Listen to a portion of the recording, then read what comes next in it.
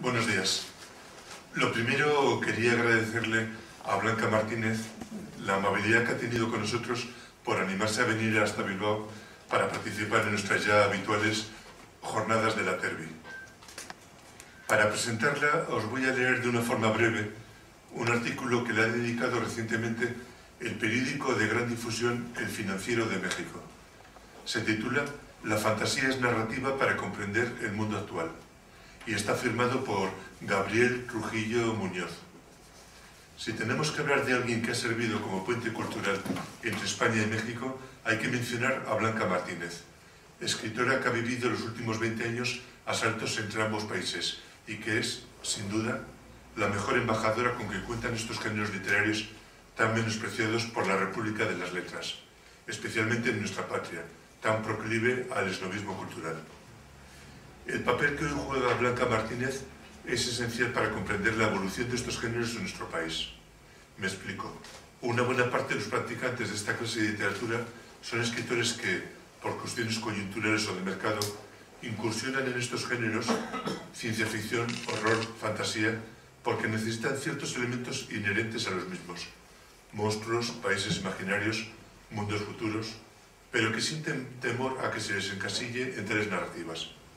La mía, dicen desde su arrogante cinismo, es literatura de verdad.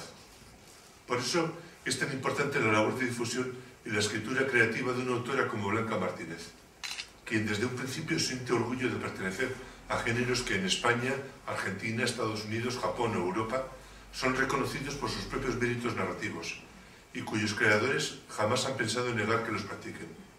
Después de todo, desde Mary Shelley hasta Margaret Atwood, pasando por Aldous Huxley, George Orwell, Stanislav Lem y Doris Lessing, la ciencia ficción es literatura de primer nivel y la fantasía es narrativa básica para comprender el mundo que vivimos, la humanidad que somos.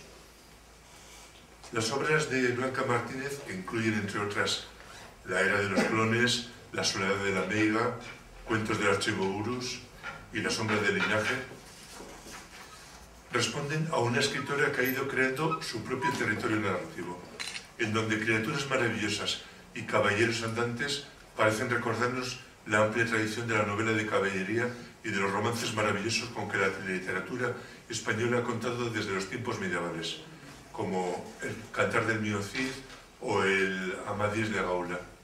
Pues en la obra de Martínez estamos ante una literatura del esfuerzo humano que choca contra fuerzas descomunales y donde la aventura del espíritu es tan importante como la habilidad del guerrero más plantado.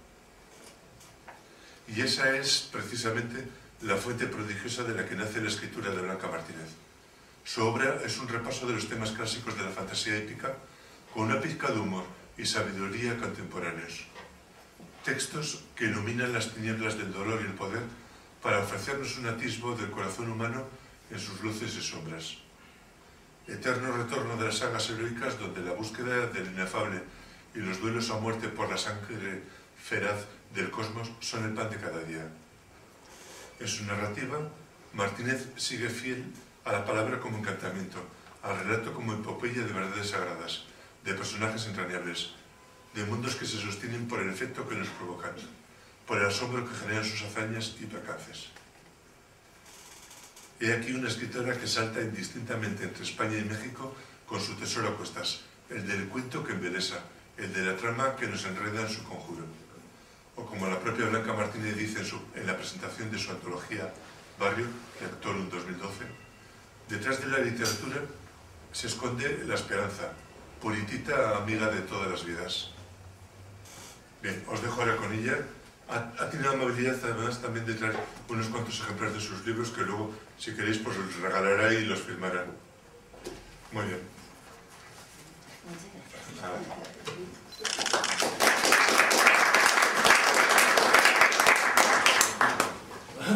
Ponte cómodos ustedes.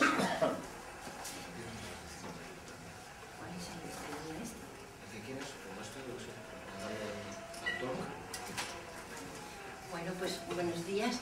Es un placer estar con ustedes. Primero, darles muchas gracias a todos, empezando por Juan José Oroz. Juan José Oroz ha sido el contacto, el llegamen que decimos en catalán entre México y España, ¿no?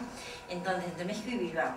Bueno, Entonces, durante muchos años he podido estar conectada y he podido seguir la ciencia ficción española gracias a Juan José Aroz. Así que, gracias.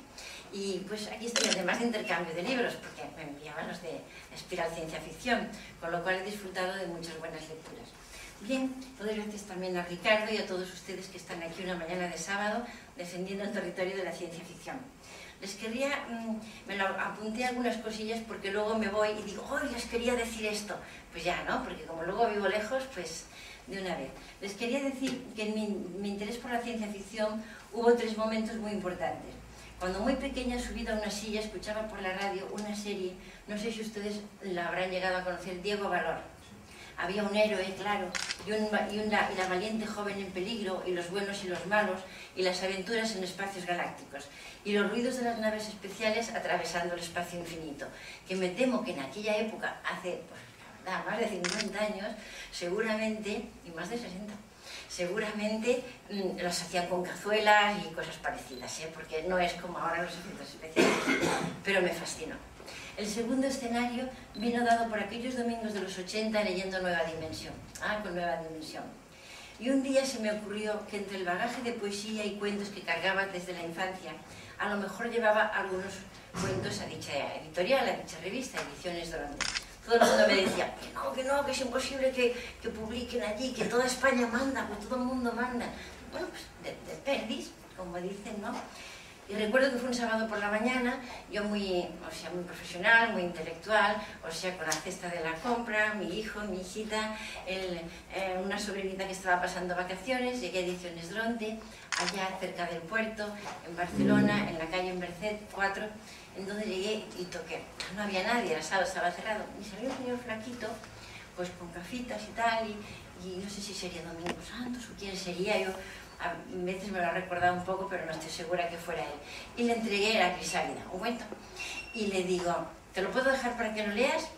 Y entonces me mira y digo, esta mujer, ¿dónde va? ¿Qué onda, no? Y me dice, bueno, pero mira lo que tengo para leer, ¿eh? Y realmente felicito a Nueva Dimensión por haber sacado todo lo que pudo publicar ahí. Porque llegaban los cuentos, yo creo que hasta la mitad de la pared. Entonces, pues ya ven cómo somos los escritores, de repente nos da la locura, la timidez se pasa y le digo, ¿por qué no empiezas por este? Porque si te aburres, uno menos. Es cierto, eso era una falacia, pero bueno. Y si te gusta, pues entonces te empiezas divertido. Bueno, yo no supe nada más, me fui, ya luego ya me dio un poquillo de apuro y tal. Y entonces, en diciembre de ese mismo año, recibí un paquete, también un sábado, con 10 ejemplares de Nueva Dimensión. Y digo, mira qué detalle, qué bonito. Una señora en la portada, aquellas todas estupendas de los 80 y tal, con 2 dragones. Digo, bueno. Entonces, con Nueva Dimensión, lo empezó a abrir y veo, por pusieron Blanca Martínez. Digo, ¡ay, si esa soy yo! Dios mío. Y si allí estaba la Crisálida. Muy bien. Entonces, ¿qué ocurrió? Que en la Crisálida nacían 2 personajes. Al Braque, el piloto espacial, que ahora ha mejorado y ya es piloto austral. Entonces, y Wisita Elena Reed, que ella era en ese momento profesora investigadora de lucha antigua y ahora ya por lo menos xenóloga, porque fueron 2 personajes que habían llegado para quedarse. Entonces, si me pudieras pasar la siguiente que pone a 2, sí, la Crisálida. Bueno, aquí les hice una copia, aquí lo que tuvieron la amabilidad de poner en Nueva Dimensión, que no se puede leer, pero bueno, más o menos viene a decir que era mi primer vuelo y todo eso, y que había mujeres que escriben ciencia ficción. Yo no sabía entonces, en aquella época no sabía nada de ciencia ficción, y menos que fue una mujer, Mary Shelley, quien inició este género, según Scholes y Rapkin, unos investigadores americanos. Bueno, entonces, ¿qué pasó? Al Braque, el piloto espacial, y Wisita Elena Reed, luchadora, investigadora en lucha antigua.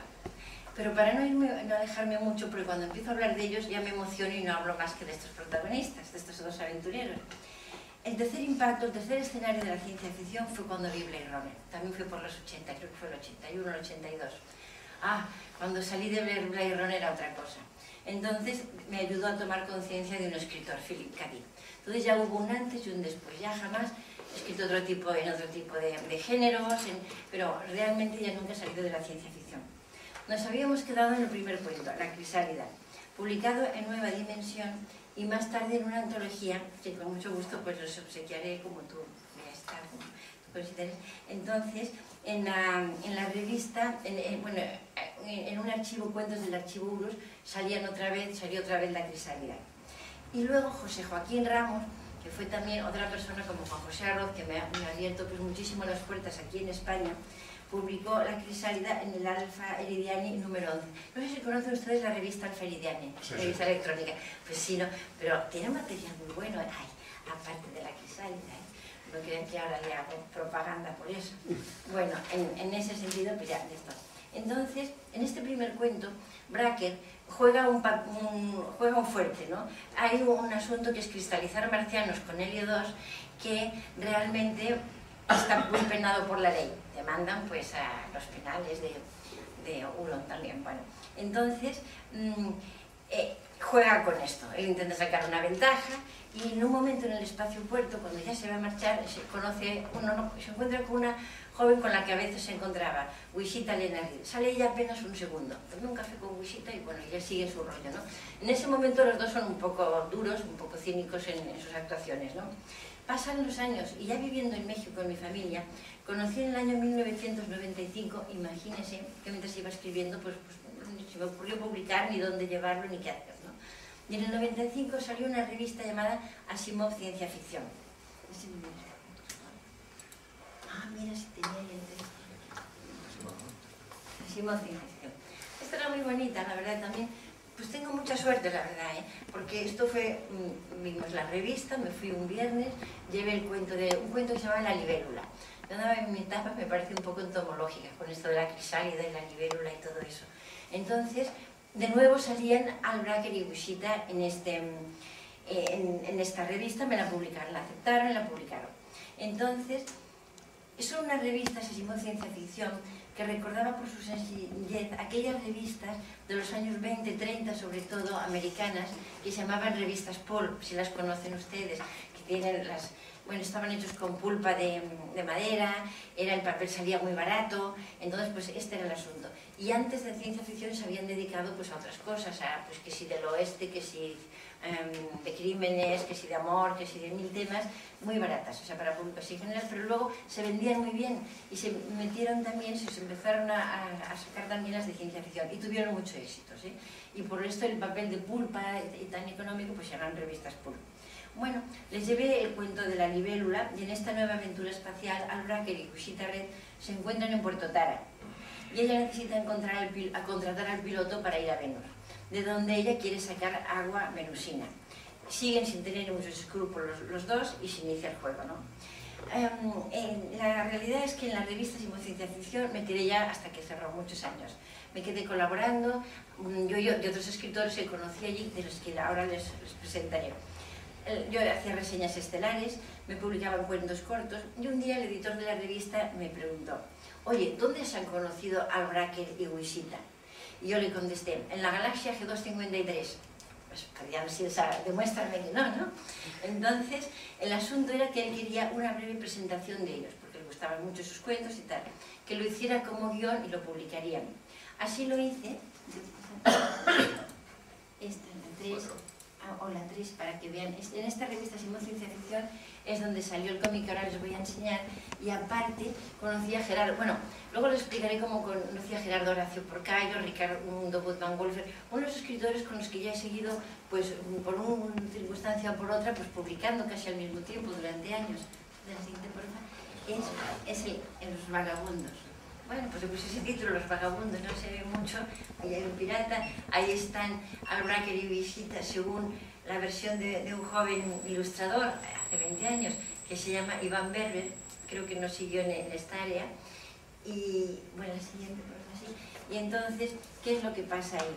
Bueno, pues ahí se presenta al piloto Al Bracker, le gusta tocar el saxo, él es terrestre, vive en un faro en tierra y es muy independiente. Hay que no le molesten, él a sus aventuras, lo que más ama pues son las naves espaciales y a mundos extraños. En estos momentos pues ya ha ido más allá de los confines, aún ahí en esa época aún no había llegado. Bueno, entonces Wisita es investigadora sobre la guerra. Ella investiga sobre luchas, en ese momento es técnica en lucha, pero luego cada vez ha ido profundizando más, han ido evolucionando los dos, y a ella le interesa mucho el porqué de las guerras en todas las galaxias. ¿Por qué pregunta? en todas las galaxias pues sigue habiendo guerras, o sea, ¿qué es lo que está ocurriendo? Bueno, entonces ahí lo publicaron, el guión, pues mira, pues hay un pirata que les ataca y en ese momento ellos dos se sitúan por primera vez ayudándose el uno al otro, o sea, los dos se pelean, no se conocen, los dos quieren una cosa y los dos son de que yo lo consigo porque lo consigo, entonces entran en un sitio donde hay poco oxígeno y en un momento dado ellos tienen que defender para que no mueran los dos, porque se ataca un pirata, bueno, estas historias de las micro space opera, entonces uno le tira lo que ella había ido a buscar, un disco sobre guerras antiguas al pirata, y él le tira también a no sé quién otra de las cosas sobre diseño de naves, que es lo que a él más le gusta, de naves espaciales. Entonces los dos se enfrentan fuera, por tu culpa yo he perdido lo que venía a buscar, yo por lo tuyo también, ¿qué le vamos a hacer? Nos veremos por otras galaxias. Y los dos se van sonriendo, se han caído bien. Ahí empieza el romance, ¿no? Bueno, ahí está, que durará siglos y siglos y siglos, porque sí, pues la gente se me pregunta, bueno, pero esto es que hay un pequeño truco que nunca he dicho y les voy a decir. Resulta que para entrar en Venus, en la época en que ellos van a robar agua venusina, solo se permite la entrada a recién casados, porque dado como abusaban los terrestres de los venusinos y de todo lo que se les pone por delante, pues no quieren que entren terrestres. Como los venusinos son amigos de los marcianos, y los marcianos son una potencia impresionante militar en la Tierra, nadie se mete con los venusinos. Entonces, bueno, pues la cosa va así. Entonces ellos se casan realmente en Venus para entrar como una pareja, porque solo a jóvenes recién casados les permite la entrada y probar incluso el agua venusina. Bueno, hay una aventura en que ella corre un peligro muy grave de licuarse, ¿no? A través de unas libélulas que hay en Venus y tal, pero como lo van a poder leer, que está aquí. Y también gracias ahora a José Joaquín de Madrid, de Alferidiani, porque él lo publica, este mes publica la libélula en Alferidiani. O sea, aquí dan los puntos finales porque lo podrán leer ahí. Bueno, entonces, en una se queda, bueno, él pasa sus problemas con la cristalización, en la otra pasa los problemas con la licuación, pero van aprendiendo. Y en esta, bueno, pues ellos siguen con sus historias, ¿no? Entonces hay un tercer cuento que se llama este cuento, ¿cuál? La era de los clones, porque ahí vamos. Pero antes de la era de los clones hubo un tercer cuento que se llamó Fin de semana en Agar 2, donde van Luisita y Albráquer, bueno, y ahí se empieza a interesar un poco por la cultura, al ver la manipulación que hay en algunas cosas, ¿no? La verdad es que yo mientras escribí otros cuentos, otros personajes, o de brujas, o de dragones, o de ciencia ficción, suavecita, Entonces, pues de repente alguien me decía, oye, ¿tienes alguna space opera de aquellas que tú haces chiquita para Blanco Móvil, para la revista tal o para otro sitio? Ya, pues sí, siempre tenía algo de Albráquer y Luisita, Entonces, en aquellos momentos se publicaba un fanzine que se llamaba Náhuatl, y lo llevaba un muchacho que creo que aún sigue pues, trabajando en esto y dando difusión a la ciencia ficción en México, que se llama Andrés Tonini. En el número 6 me publicó un cuento, Fin de semana en Agar 2. Y en esta aventura ya empiezan a interesar, ya empiezan a volverse un poquito civilizados, no mucho, pero bueno. Y entre uno y otros asuntos llegó 1998. Hay en Ciudad de México una cafetería popular que se llama La Habana. Queda cerca del centro y de Reforma, una gran y hermosa avenida, y cerca de una serie de periódicos importantes, el Excelsior, el Universal. En aquellos momentos, el editor de Asimov Ciencia Ficción era Salomón Bagdad. Me llamó por teléfono, me invitó a ir a una reunión en dicho café y me dijo que llevara las obras que tuviera listas para publicar. La reunión la organizaba H. Pascal. H. Pascal aún sigue después de 20 años luchando mucho, dando mucha difusión a la ciencia ficción, aunque él más en la fantasía. Bueno, es periodista y escritor, yo no le conocía. Allí nos reunimos y había otros escritores, había Gerardo Horacio Porcayo, yo le conocí, H. Pascal, Barbaz, a Gerardo Porcayo le llamaban el Lobo, siguen llamando el Lobo. Es un escritor de la ciudad de Puebla. He traído una novela de él, pero si tú no la tienes, yo querría... porque se llama... No la he traído otra. Bueno, pero te la consigo. Porque es La primera calle de la soledad. Es algo así como el cyberpunk mexicano, el William Gibson, todo esto. Me la dieron para leer, para hacer una reseña, y la verdad me impresionó, porque no es un tipo de lectura al que yo sea muy dada, ¿no? Pero sí es muy interesante, pues el cyborg con los implantes puestos y toda la parafernalia pues, que lleva este género, ¿no? Bueno, muy interesante. Y luego también conocí a otro escritor, Ricardo Guzmán Wolfe, que tiene una novela, que esta sí la he traído, que Dios se apiade de todos nosotros, que es México en el año, no sé si son 2100 o algo así, y México queda rodeado, y nadie puede salir de ahí. Pero lo curioso de esta novela es el personaje, el detective, un tipo tan absolutamente desagradable que yo le decía, es que no vuelvo a leer nada tuyo. Pues sí, claro, que he seguido leyendo cosas de él. Y tiene una ayudanta que es un robot. La robot es igual que Kid Novak, o sea, saben ustedes, ojos grises, aquella de Hitchcock, de Vértigo, de tal. Bueno, pues ahí van el detective y la Kid Novak en una aventura pues muy rara, muy curiosa, ¿no? Que Dios se apiade de todos nosotros. Bueno, entonces había otros escritores y H. Pascal nos explicó el asunto. Editorial Yaca había aceptado publicar una colección de ciencia ficción. Ya ven que no es tan fácil, que cuesta mucho vender la ciencia ficción, que es solo pues de los especializados, ¿no? Entonces, y sí, teníamos material que lo lleváramos. Yo entregué una novela que se llamaba A la sombra de Mercurio. Ese año salió A la sombra de Mercurio, en 1998, pero bajo el título de La era de los clones. Y ese cambio se debió a que la editorial no podía asumir una novela de 250 páginas, que son muchos los avatares que los escritores de ciencia ficción, la verdad, tienes que pelear. No había dinero, pues no se podía tan larga. Bueno, la escribí más corta.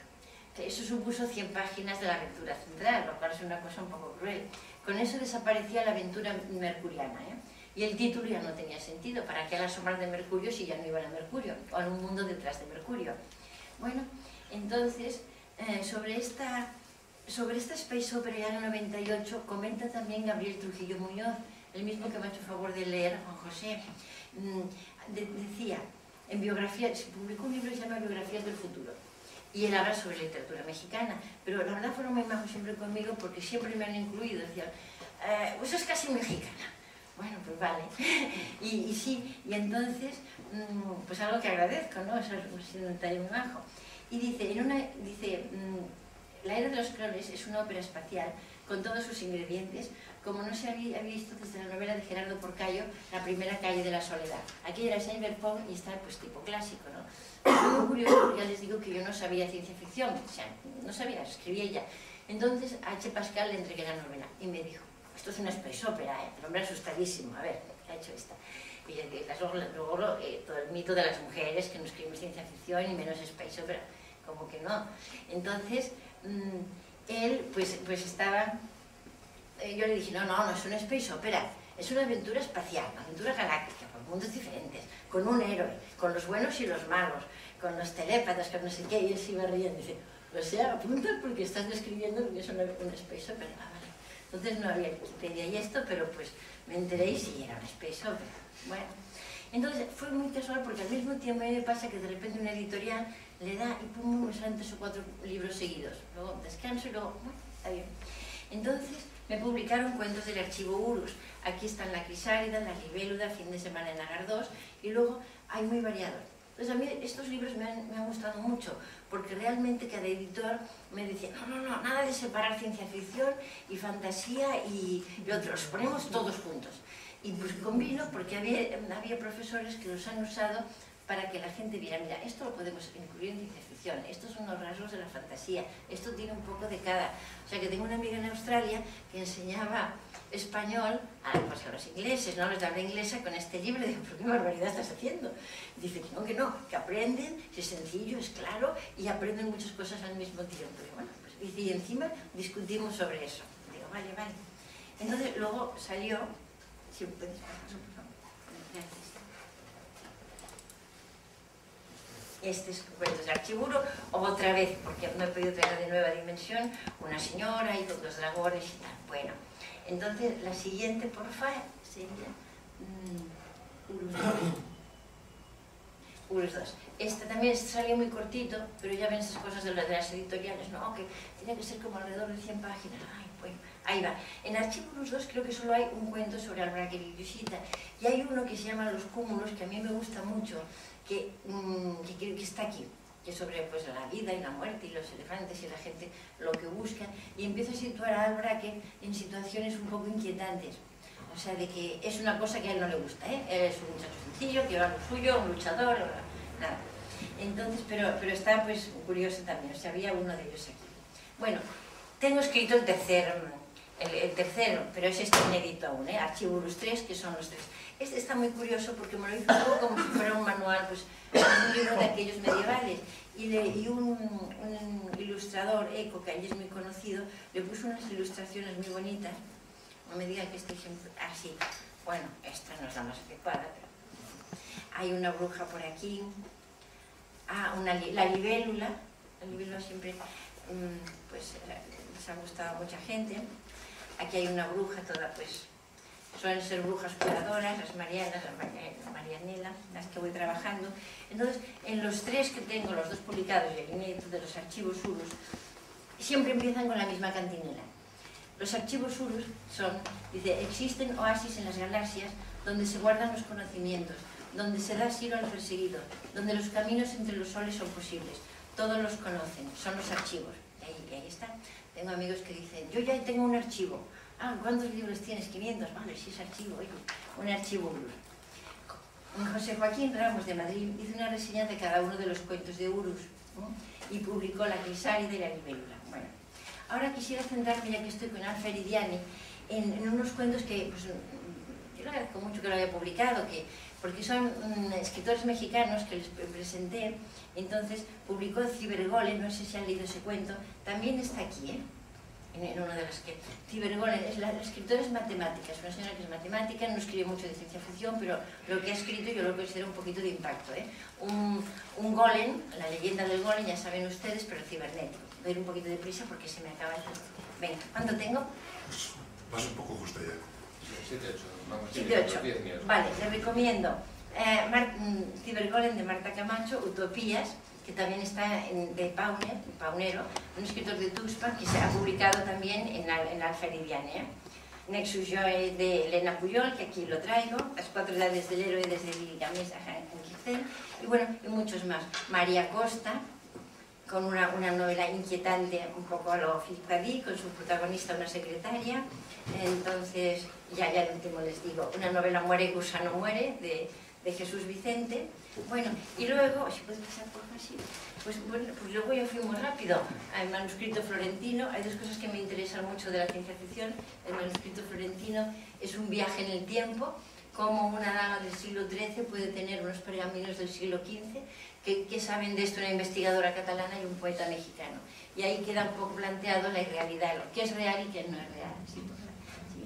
Y ahora ya entramos en las 2 quizá más que ustedes conocen, A la sombra del linaje, que esta es pues quizá mi primera obra de literatura fantástica, o sea, realmente, y que leí el otro día en internet, que resulta que estoy escribiendo la segunda. Digo, oye, tienes que espabilar, porque no me he enterado aún, pero parece que ya estoy escribiendo la continuación, lo cual sí me tienta. Bueno, entonces, a la siguiente, por favor, y yo creo que ya acabamos. El espacio oral. El espacio oral, gracias por comprar los que ya la tienen aquí. Entonces, vuelvo a meterme en el terreno de lo inquietante. O sea, como que me ha traído un poco la ciencia ficción, lo real, los space opera, que digo yo de aventuras, y luego, por otro lado, lo que es real y lo que no. ¿Qué ocurre en el espacio oral? ¿Qué son los fílmicos? ¿Quiénes son imágenes? ¿Quiénes somos nosotros? ¿Somos reales o no somos reales? Bueno, entonces también les quería decir que, de Lola Robles de Madrid, que me parece que ella me contactó gracias a Juan José Arroz. También, Entonces, esta escritora, que tiene unas estupendas space opera, pues también comentaba A la sombra del linaje, que le parecía que era como una península ibérica arcaica. Bueno, ya saben que en la fantasía no hay tiempo, son narraciones intemporales. Pero, en fin, en el espacio oral, que ya estamos, y ya termino, pues nada, ustedes cuando la lean, pues ya me dirán qué les ha parecido, porque no me queda tiempo. Porque el espacio oral lo que maneja es lo que es real y lo que no, ¿no? Entonces, pues ahí, y unos fílmicos, aparecen unas personas, y pues nada más, ahí tienen que ustedes meterse en ese space opera a ver qué ocurriría. Bueno, y ya solo de despedida, entonces, decirles que hay un pequeño libro que también les dejaré, que hice para la escuela, porque primero no sabía de ciencia ficción y me tuve que empezar a estudiar. Y acabé dando clases de la materia que llamaban ficción prospectiva, en un instituto de estudios prospectivos, que era ciencia ficción, ¿no? Entonces, Pues es un manual muy sencillo, seguro que ustedes pues saben mucho más de esto, pero era para gente que iniciaba totalmente. Y era muy curioso porque eran pues licenciados en matemáticas, en estadística, y esto les sorprendía mucho y decían que les abría mucho el horizonte de la ciencia ficción. Y decían, tenía que ser una materia obligada. Y yo pensaba, qué bonito pues que la gente abra la mente y vea que puede haber tantas cosas. Y también les traía, que lo dejo aquí, el taller de una microeditorial que montamos ahí con los hijos y el marido, todo el mundo y los amigos ahí en México, y que titulamos Diferentes, o sea, tan diferentes que no se escribía la palabra. Y aquí hay cuentos de cada uno de los escritores, de Marta Camacho, de todos estos escritores mexicanos. Bueno, pues un día lo que más hicimos pues, es unir gente de allá y de acá. Así que ojalá podamos publicar una antología donde estemos los que hoy nos reunimos aquí y los de más allá del mar. Y gracias por la paciencia, porque creo que me he pasado de tiempo. Gracias, ¿eh?